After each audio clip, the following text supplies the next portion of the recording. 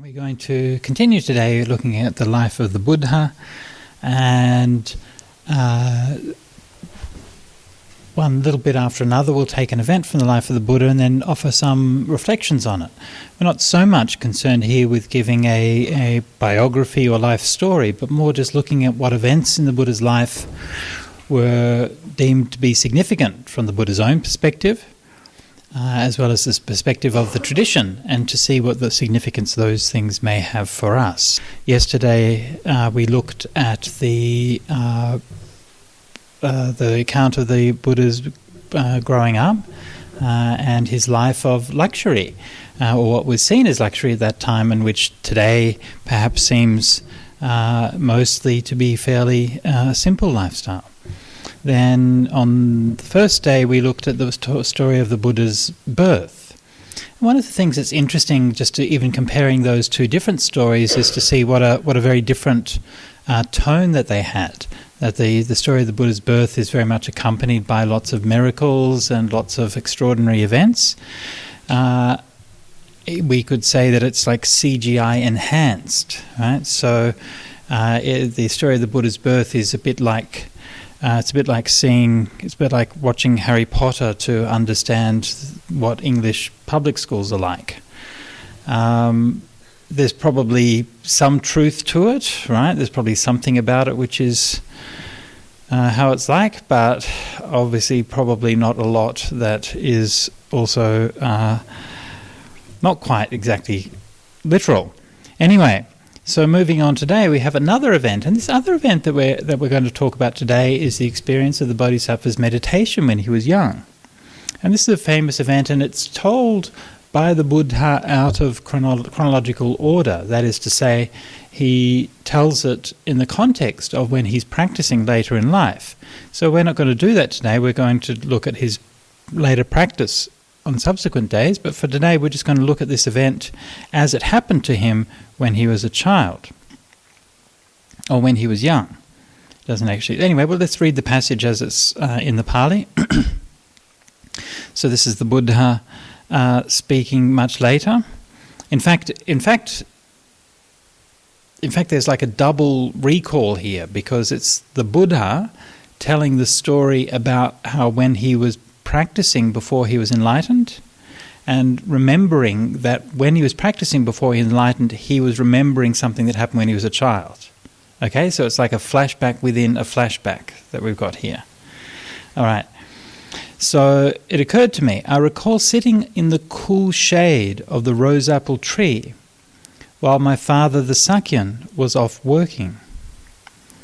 Quite secluded from sensual pleasures, secluded from unskillful qualities, I entered and remained in the first absorption, which has the rapture and bliss born of seclusion, while placing the mind and keeping it connected.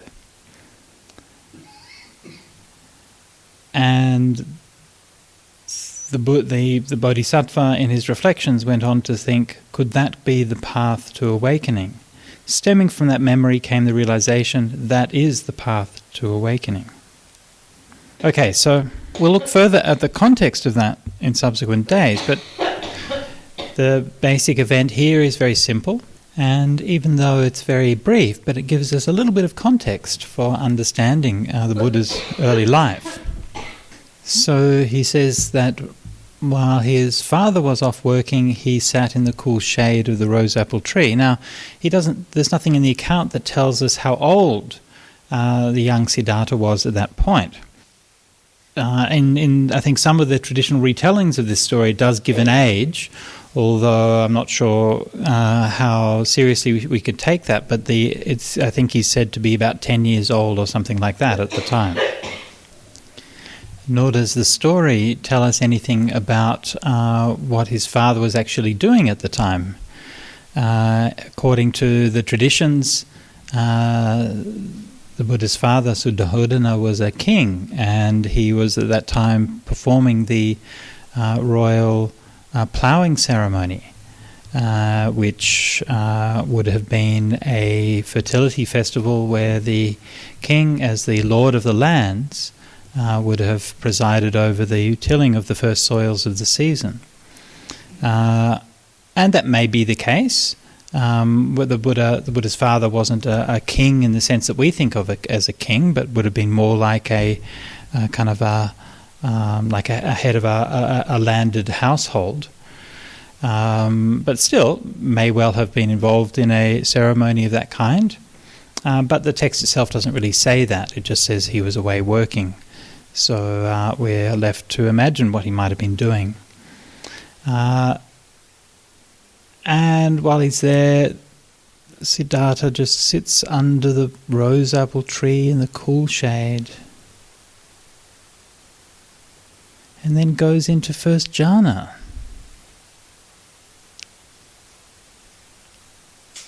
Seems easy, right? And when you look at that story, then it's easy to think that this is, just another layer of legend and magic.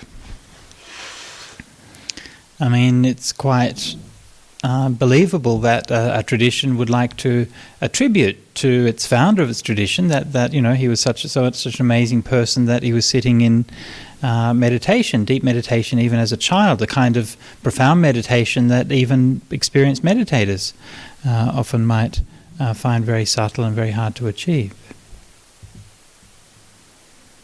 And of course that may be the case. I wasn't there. I can't personally confirm whether this happened.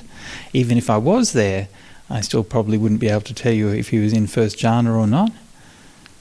However, there are a number of interesting features about this story. First interesting feature about the story is that it's told by the Buddha himself. And there are very, very few details about the Buddha's early life that we actually find in the early texts told by the Buddha himself. Remember that even the story of the birth was really told by Ananda. Ananda says that he heard it from the Buddha, but we don't actually have a sutta where the Buddha was saying that. The textual situation is a little bit complicated, but we won't go into that right now. But the basic idea is that the Buddha didn't really talk that much about his childhood and the things that was going on. In yesterday's discussion, the Buddha describing his life of luxury growing up, also we saw that there was, it's a fairly mundane, fairly straightforward description. And that's very much characteristic of the Buddha's own words and the words we find in the early texts. So it does seem that there's at least a sort of a reasonable case for thinking that this is really what the Buddha said. Another interesting thing is that this account is found in very similar form in multiple texts, not only in Pali but also in Chinese and Sanskrit and Tibetan texts. And the details of it, yes, as time went on the details became elaborated, but the core story is basically exactly the same. So all of these things, I think, taken together, make this sound like something that quite possibly really happened. But even more than just the textual and the historical context, what makes this event sound plausible to me is that it's the kind of thing and the kind of story that I've heard from lots of people. I don't necessarily mean exactly the same, right? But this kind of thing happens. And it happens, I think, not infrequently. And I think a lot of meditators actually come to the path of meditation because something like this has happened. And because in their life, maybe when they were a kid, maybe then they were grown up, somehow they had some experience of something transcendent, something numinous, something still, a feeling of peace of mind, a feeling of letting go, some kind of experience that showed them that the world of the mind went deeper than they imagined, and that the reality that we experience, the ordinary reality that we experience, isn't the only reality that we can experience. Sometimes people do this by taking drugs. I won't ask for a show of hands here. But it is interesting that if we look at the history of modern history of meditation, especially in the West, that the history of meditation very much grew out of the drug-taking culture in the 1960s. And the first meditators were also the people taking acid. And they were having these mind-altering experiences. And it teaches you something. It teaches you that your mind is creating this world that we're living in. And what's curious is that this doesn't seem to have just been the case in modern times, but also seems to have been the case in ancient times as well. In the oldest Indian scriptures, in the Rig Veda, we find a very common mention of the god who they called Soma. Now, who this god Soma exactly was is a matter of debate, but certainly seems to have been some kind of mind-altering substance. Quite possibly ephedrine, a stimulant which is in the kind of amphetamine class of stimulants. And this Soma, this god, would infuse its devotees with a kind of divine energy. The devotees of the Rig Veda and those who followed the god of Soma weren't necessarily interested in consciousness-altering experiences of the kind that we might think of.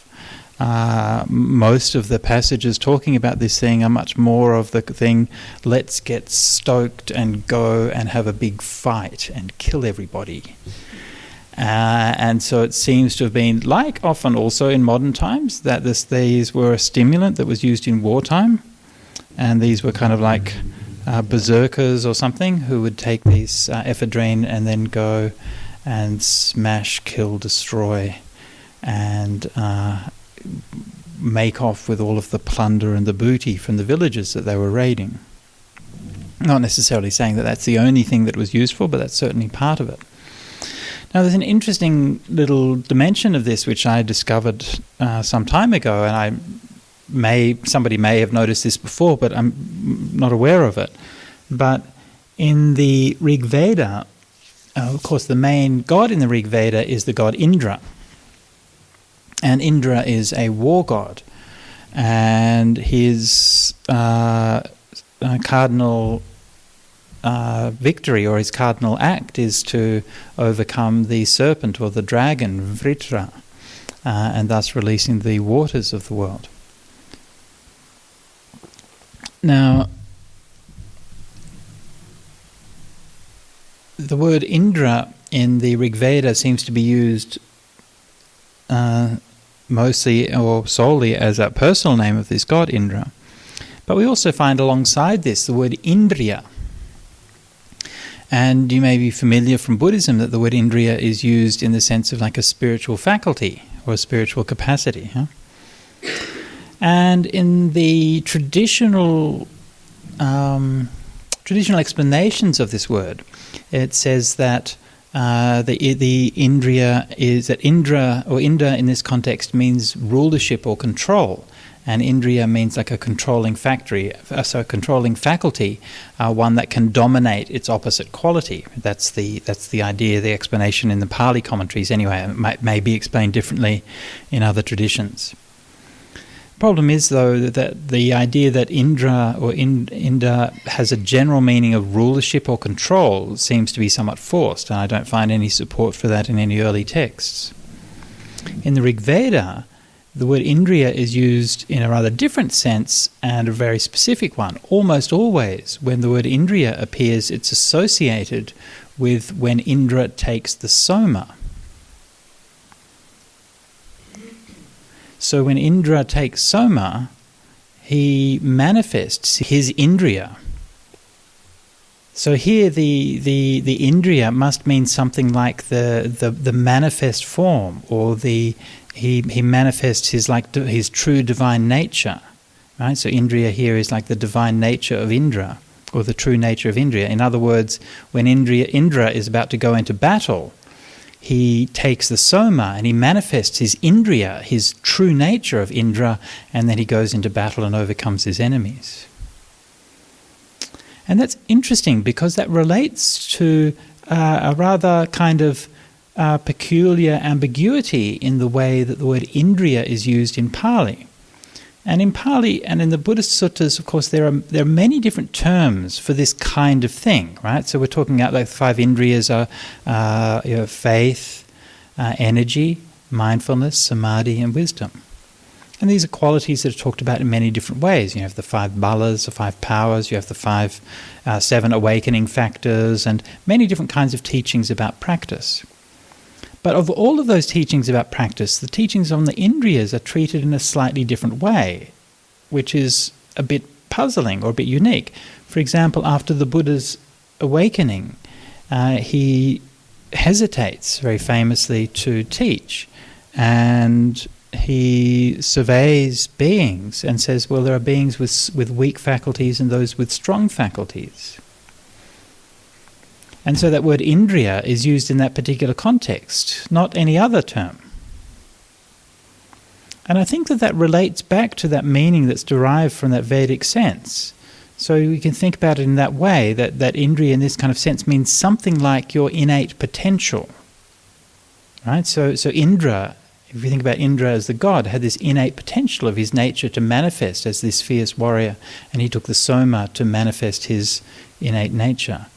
So if we think of indriya in that kind of sense, then that really kind of, you can understand that there are people that have those innate characteristics that can manifest in these different ways. Of course, from a Buddhist point of view, we would say that those differences stem from past lives. What we've done in our past lives determine how strong our faculties are in this life. Now, how does that relate to the young Siddhartha sitting under the rose apple tree? Well, presumably he had very strong indriyas and his strong spiritual potential.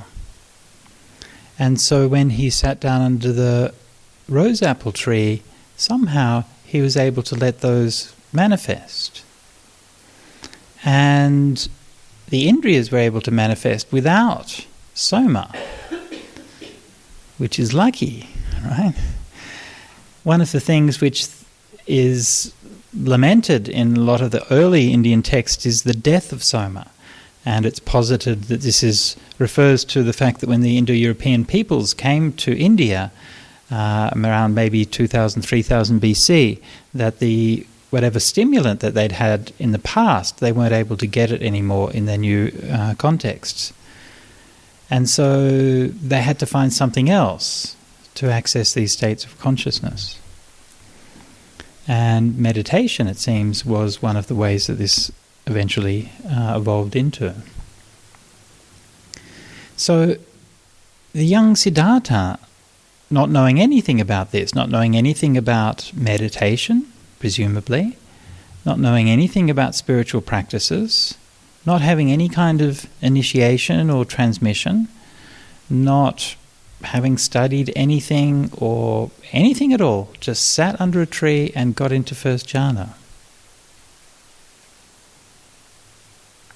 When I spent more than a year in Ipoh, and one of the gentlemen there who used to help to look after the monastery was a taxi driver named Chong.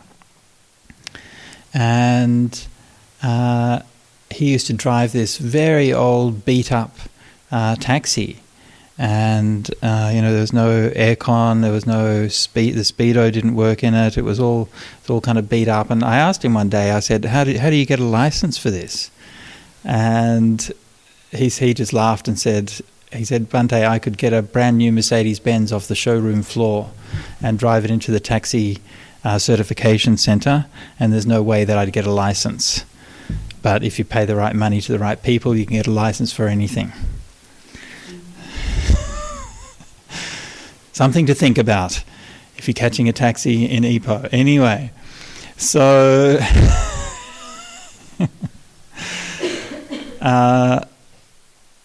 he told me about how he had started out in meditation, and he had wanted to learn how to meditate.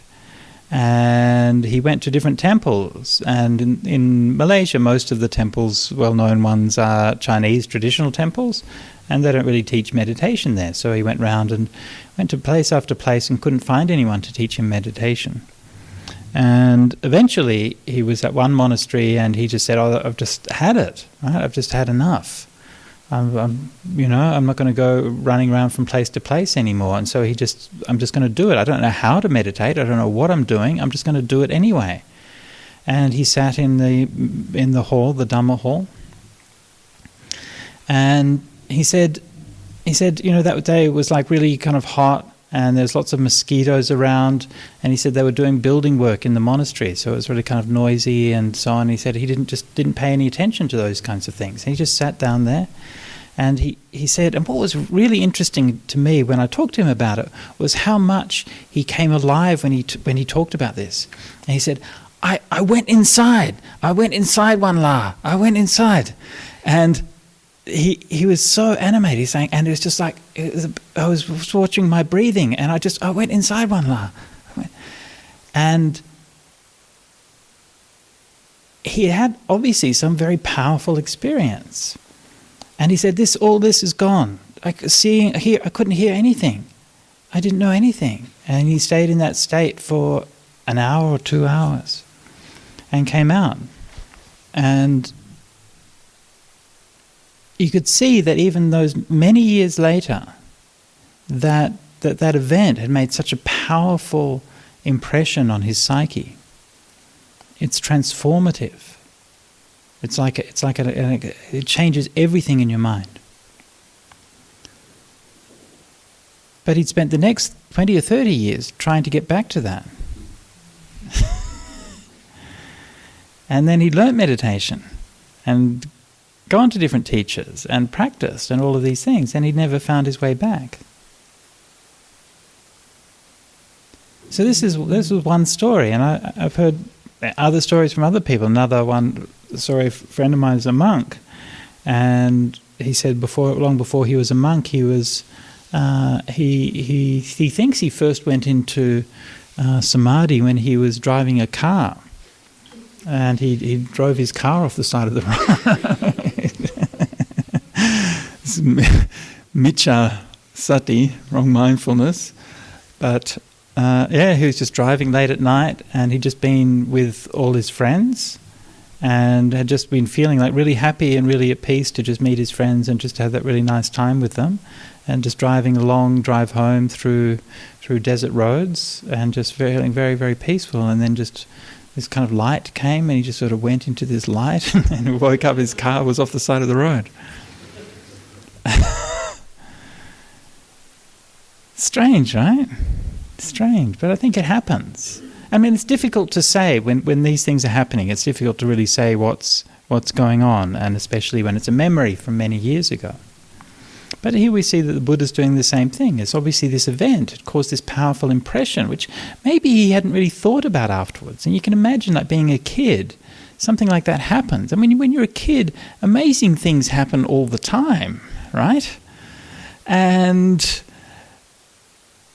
you forget about it 5 minutes later. And at that time, he didn't have any context for it. Right? What does it mean? Right? You have the experience, but what does it mean? Yeah? I mean, I can even remember in my childhood, I mean, nothing nearly as profound as that, but I can remember, say, times when I remember, say, a time I was with my cousin, Matthew, and we were just lying out in the backyard. I can't remember where we were, maybe in the backyard, maybe we were camping or something, maybe just in the backyard and just lying down and looking at the stars. And he's a few years younger than me, and we were just looking at the stars and talking about them. And we got into this just kind of space, just being really kind of peaceful and feeling like it's really kind of moving experience just to be there.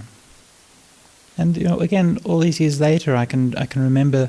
I can't remember the details of that, but I can remember the feeling of it quite clearly. And so these things, they make that impression. So again, this is why I think this episode in the Buddha's life is quite, to me, it feels quite plausible. that somebody who had obviously such spiritual potential as the Buddha should have had some experience like this as a child. So what does this tell us about meditation? Well, for one thing, as a meditation teacher, it's very humbling. I mean, am I just making it harder for people to get into samadhi? Maybe, right? I mean, I definitely think there's something to that. And we have to be very, very careful. And so this is what, it's thinking about things like this. Like when I teach, I always try to encourage people to not take their meditation methods too seriously. And I think this is something that is very much a characteristic of 20th century meditation, specifically 20th century Burmese meditation. In Thailand, they don't really get so worked up about meditation methods. It's like a different kind of character. And in the Thai forest tradition monasteries, you can do whatever kind of meditation you like. Nobody's telling you should do this or you should do that. And the monks do, most of them will do breath meditation. They might do like Buddho as a recollection. They usually do some body contemplation, which they do in different kinds of ways. They might do some kasina meditation of visualizing images and colors. They might do metta meditation and karuna and compassion and different kinds of things. And the teacher will teach from their own experience, and the practice of the monks will be informed by that. But it's not like everybody's really sort of rigorously doing the same meditation method. And if you go to the teachers and you ask them, this is the practice. I've seen this myself. And one monk who had previously done a Goenka meditation retreat, and the teacher was giving his own particular method of teaching mindfulness practice. And the monk asked him, well, I've been doing that kind of similar practice, but I've been doing it following the Goenka technique, and he explained that technique of using body sweeping and so on. And the teacher said, sure, that's fine. And so it's not like an issue. But then what they say is just stay mindful. That's really the important thing. Whatever you're doing, it's not the particular technique that matters so much, but stay mindful. So somehow, in that particular state, there was something which was natural, something which was peaceful, and something which allowed the young Siddhartha's mind to find a natural state of peace. This is really the critical thing about that story. Somehow, his mind naturally found peace. Was he watching his breath? Maybe. He doesn't say that. He doesn't say he wasn't. Obviously, that's not critical to it. The critical thing is that just that feeling, while my father was away working, I sat down under the cool shade of the rose apple tree. That was his meditation method. Yeah? That's the detail that he thought was worth preserving. Yeah? Not about the particular details of the method that he was practicing. And I think that's very interesting because it's pointing to the importance of that context in shaping the form of the meditation that we have. Now, why would that happen? Why would this follow the way of nature? Why is it that a young boy with no spiritual training or experience in meditation would go into a state of samadhi? It may be the case that he did that because of all of his practice in past lives which had prepared him. And look, I'm sure that had something to do with it, right? I mean, obviously that creates a certain potential. At the same time, it doesn't seem as if this event was particularly unique, and I suspect that if we did a proper survey, that we would find that it's actually not that uncommon. And I would think that if we asked the people in this room to talk about their experiences, we'd probably find a few people in this room who'd had similar experiences growing up. So I don't think that really explains it either. Why is it that there's a natural state that people can find peace of mind?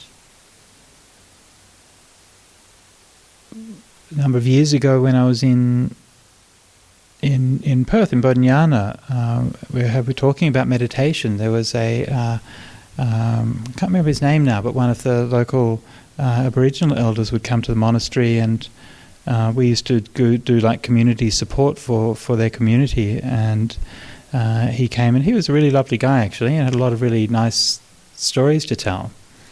But we talked about meditation. He said, well, we don't really do meditation like you guys do it, but he said what we do is that every so often I go off into the forest, into the bush, and I'll just sit down under a tree and I'll just let my mind go out and I'll listen to what the spirits are saying. So for him, meditation was a process of opening up and listening to what all of the spirits of nature were communicating around him. And of course, this is not just a spiritual practice, this is a survival skill. To be able to listen and to know what's actually happening around you is a survival skill. But there's something similar in that experience to the experience that the Buddha had, or to the experience that the young Siddhartha had. Why is it that this kind of thing leads to peace? Well, from a Buddhist point of view, everything is impermanent. Everything comes to an end. And all of those things that are happening in your mind, all of these things will come to an end. This is the thing that we often miss out, we don't notice when we're meditating. When we're meditating, we always notice the presence of things. The presence of thoughts, the presence of feelings, the presence of sensations, the presence of sounds. And when a sound comes, our mind is drawn to it, and we notice that sound. What we don't notice is that a split second later, that sound doesn't exist anymore. And the ending of things is a part of nature. The ending of things is what's happening in your mind all the time. Every minute, as you're sitting there in your meditation, your thoughts are ending. And when you're sitting there in meditation, everybody, when they meditate, thinks, oh my God, so many thoughts happening. And nobody thinks, actually, every one of those thoughts, I had 1,000 thoughts in this meditation, and every one of them is finished now. We don't notice that. We're not interested in it. But that is just as natural. It's just as natural to be peaceful as it is to be agitated. So when the young Siddhartha was sitting there in meditation, he doesn't have to do something in order to get something. Things will cease, and when everything ceases, when the senses cease, and the desires cease, and the hindrances cease, and all of the agitations and the thoughts in the mind cease, then the state, it's not that you gain a state that you call samadhi or jhana as a result of that, but samadhi and jhana are just words that we use to describe that state where those things have ceased. That's all.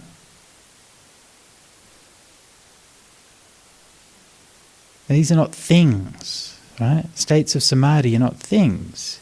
It's just a word that we use to just talk about the experience when certain things have ceased. So this is why the Buddha described the path of meditation as anupubba nirodha, a gradual cessation, step by step, ending of things. So, if you want to get into first jhana, no need to do any meditation techniques, no need to do anything like that. Sit under a tree and just let everything come to an end.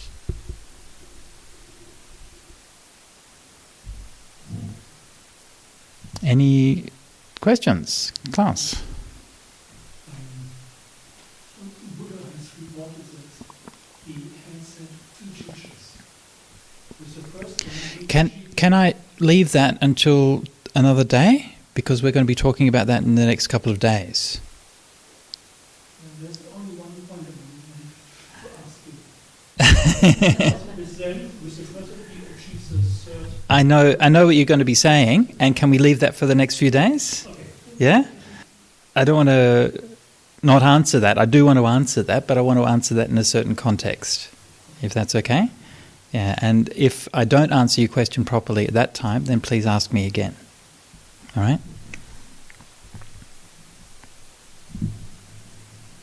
Any other questions?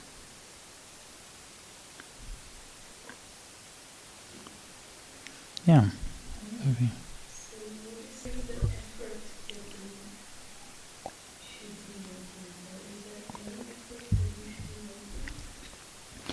Well, you got up in the morning, so that's pretty good.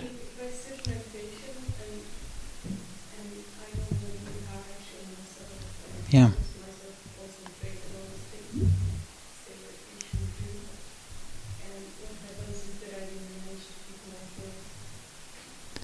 Okay, but you got up in the you.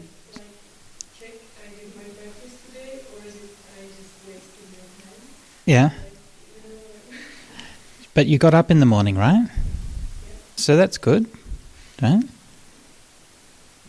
In the Theragatha, there's a line Uttahata Nisidata, get up and sit. So you got up, you sat to meditate? Yeah? Yeah? I know, I'm going to get there, okay? Trust me, okay? Trust me, okay? You got up, you sat, right? That's pretty good. How many people in the world actually got up to meditate? Not many. Less than 1% probably. Less than a fraction of 1%. You're already in the top 1% of people putting an effort just because you got up and you meditated. Yeah?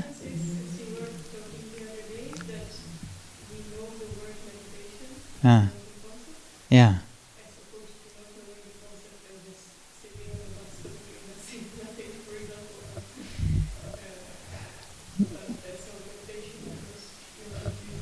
Well, it might be. I mean, it's possible, right? If it's what even the story today. I mean, that Siddhartha didn't know the word meditation, didn't know what he was doing, but still got into deep meditation. Yeah, yeah. So you get up and you meditate, and when you meditate, you make an effort, and when you start with the practice, you make an effort. That is what right effort is, and so what right effort isn't is a mind that's always pushing and trying to get something and trying to achieve something. This is wrong effort. Yeah? So by getting up, by sitting meditation, by applying yourself to the meditation, you're already doing right effort. And if your mind's being too lazy in meditation, then you'll know that and you'll learn that. That's why you reflect at the end of the meditation. Reflecting at the end of the meditation is also right effort, because that's what gives rise to wisdom, so you can understand your meditation. And you understand doing certain things leads to the mind becoming peaceful, and doing certain other things leads to the mind not being peaceful. That's your right effort. Is that okay?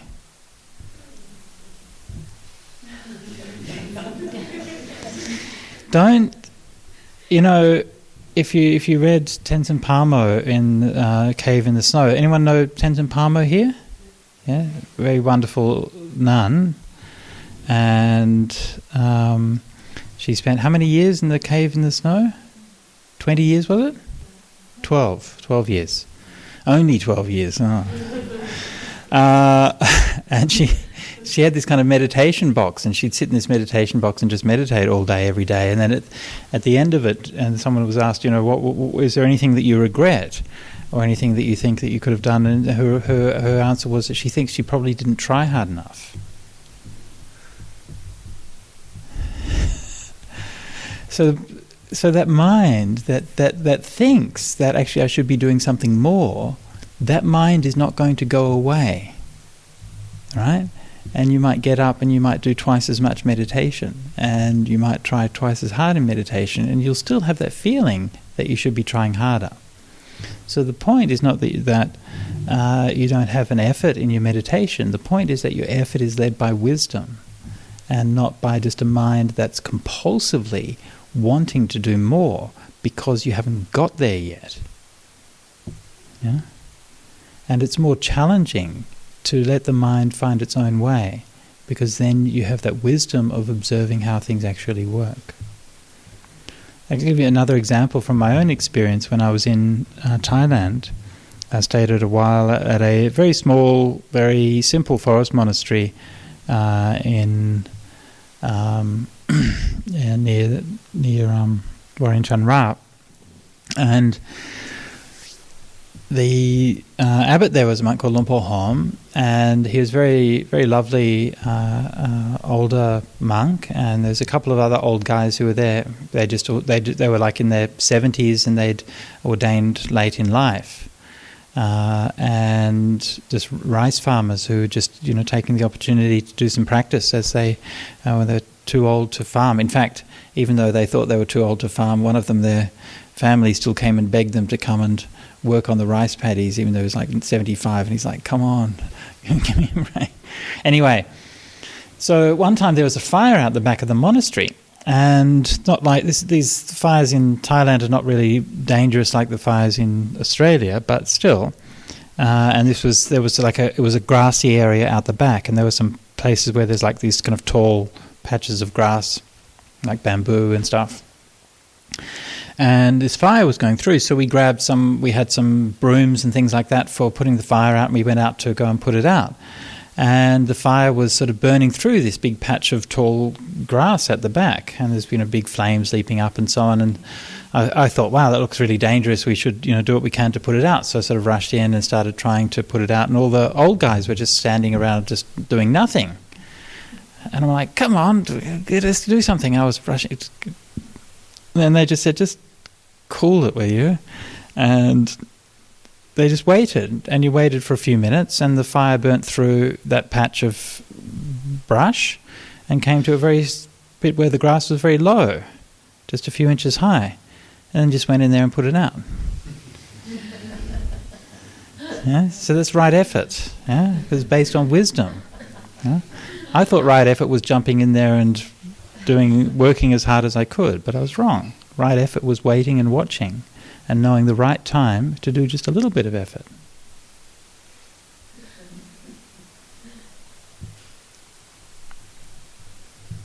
Yeah.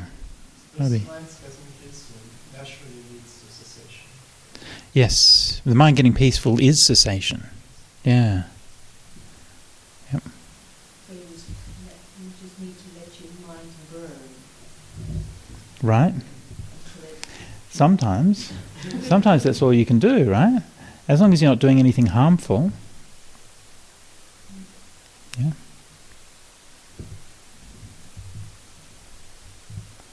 Yeah. Yesterday you mentioned the finger pointing to the moon. Right. And then letting go of the finger.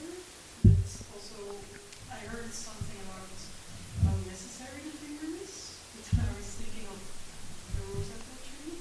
Uh-huh. Is that Right. Is the Buddha sitting under the rose apple tree? Is that like the moon without the finger? It kind of is a bit, isn't it? Right?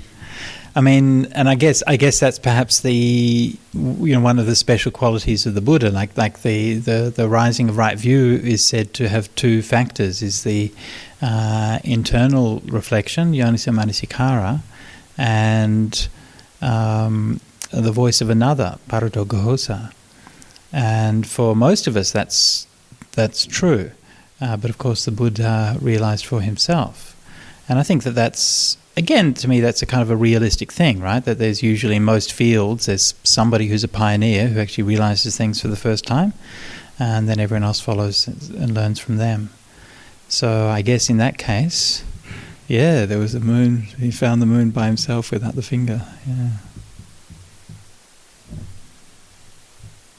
Yes.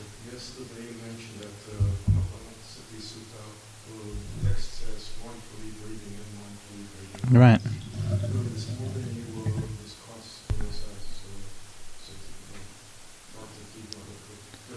and it was Sati and Sampajanya. Right. Now if you take that to the text, like the Sati would be bare awareness of the breathing, what would Sampajanya be? Okay, so I'll just repeat your question for the microphone, but so the question was this morning we talked a bit about sampajanya, and so the question was in the mindfulness meditation, what's the relation between the qualities of sati and sampajanya, or as I translate it, mindfulness and situational awareness. Okay, so first thing is that, of course, these are very closely related things. It's not like they're sort of fundamentally different things. However, the tendency is that the main use of sampajanya is in the context of what we were talking about this morning, of a situational awareness of your body and where you are and what's the context and those kinds of things. It's not to say it's the only usage of it. It's also used in the context of meditation, in the jhanas and other places as well. But that's the primary context. The primary context that mindfulness or sati is used in is in meditation itself. Right? Again, not the only context. Sati is applied in every aspect of Buddha's teaching. And as the Buddha said, just like salt is useful in every dish, mindfulness is useful everywhere. That's true. But the primary context that mindfulness is used in is in the context of actual meditation. Yeah, one sits down cross-legged, sets body upright, and sating upatapetwa, one establishes mindfulness. Parimukkhang sating upatapetwa. So what does mindfulness mean in that kind of context? Well, what mindfulness means in that context has something to do with a continuity of awareness. Right? Something to do with bearing in mind. When we're watching the breath, watching the mindfulness of breathing, anapanasati, we're keeping the breath in mind. It's a translation by Venerable Thanissaro, and I think it's actually a good one. It's a bit idiomatic, but I think it's a good translation. So what that means is that mindfulness, because mindfulness also means memory, and so mindfulness has this idea of maintaining a continuity. It's remembering the fact that you're meditating. So think about what happens when you sit down to meditate. Usually you sit down to meditate, you can say, okay, I'm going to start watching my breath, and then a minute later you've forgotten about what you're doing. Right? That's your loss of mindfulness. You've forgotten what you're doing. So to remember and to bear in mind the breath is that quality of mindfulness. Yeah?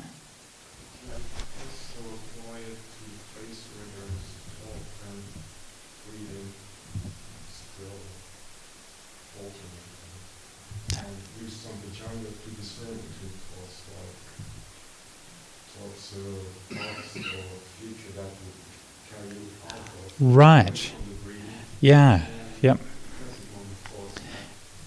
Exactly. Yes. Yeah. So you're exactly right. So that's the role of sampajanya in that context. You think of sampajanya as like a practical applied wisdom, right? Not a transcendental wisdom, but a practical applied wisdom that knows, oh, here I am meditating. It's not appropriate for me to be thinking about that, Or you understand what the different natures of your thoughts are and how the meditation's going, and being able to distinguish between the different kinds of thoughts and so on. And this is the role of sampajanya in meditation.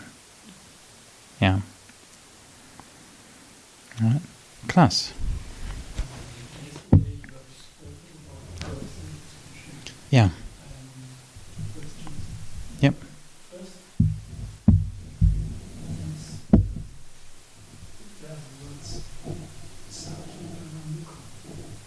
Right. Right. Right.